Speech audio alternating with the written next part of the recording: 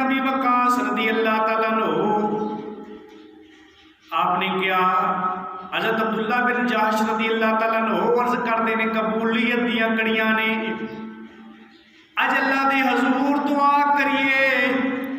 تسی دعا کرو میں آمین آکھاں گا میں دعا کراں گا تسی آمین آکھنا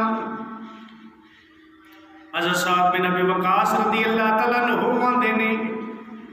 میں دعا کیتی یا اللہ تیری رضا دی خاطر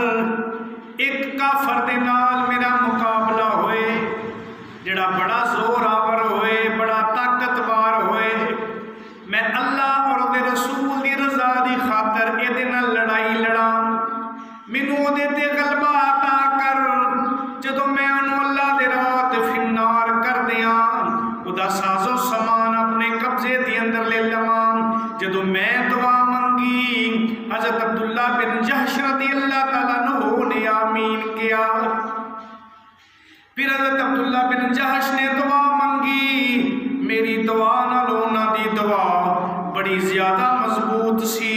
بڑے زیادہ عزم والی سی بڑی زیادہ محبت والی سی بڑی زیادہ عشق والی سی آپ نے اللہ دے حضور دعا منگی یا اللہ میرا مقابلہ کسے کافر دے نال جدو ہوئے کافر بڑا زور آور ہوئے فن حرب دے اندر بڑا مہارت رکھن والا ہوئے یا اللہ انہوں میرے دے تو غلبہ عطا کر دویں میں تیری راہ تے شہید ہو جاواں جدو میں تیری راہ تے شہید ہو جاواں کافر میرے عذاب بھی کٹ لوے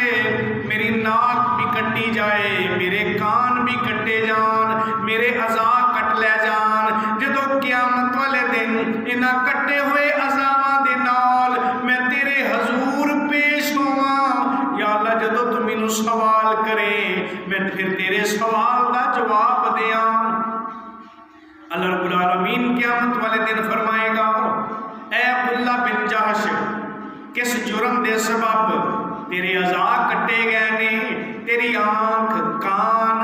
اے کٹے گئے نے تیری ناک کٹی گئی ہے حضرت عبداللہ بن جہش عرض کریں گے یا اللہ تیری محبت دے اندر تیرے رسول اللہ صلی اللہ علیہ وآلہ وسلم دی محبت دے اندر میرے عذاب کٹے گئے نے اج دا ایک ایسا امتی ہے محبت دا دعویٰ بھی کرتا ہے نماز پڑھن تو قاصر ہے روزہ رکھن نو تنگی محسوس کرتا ہے زکات ادا کرن نو ٹیکس سمجھدا ہے جدو محبت دا تقاضا ہے وے اپنی جاناں دے نذرانے بھی پیش کر دیتے جان پھر بھی کسی قسم دی دین اسلام تے آنچ نہ ہے حضور دی عزت تے آنچ نہ ہے اس لیے نبی دے صحابہ سن اپنا سارا کچھ اللہ دی راہ تے قربان کر دیتا ہے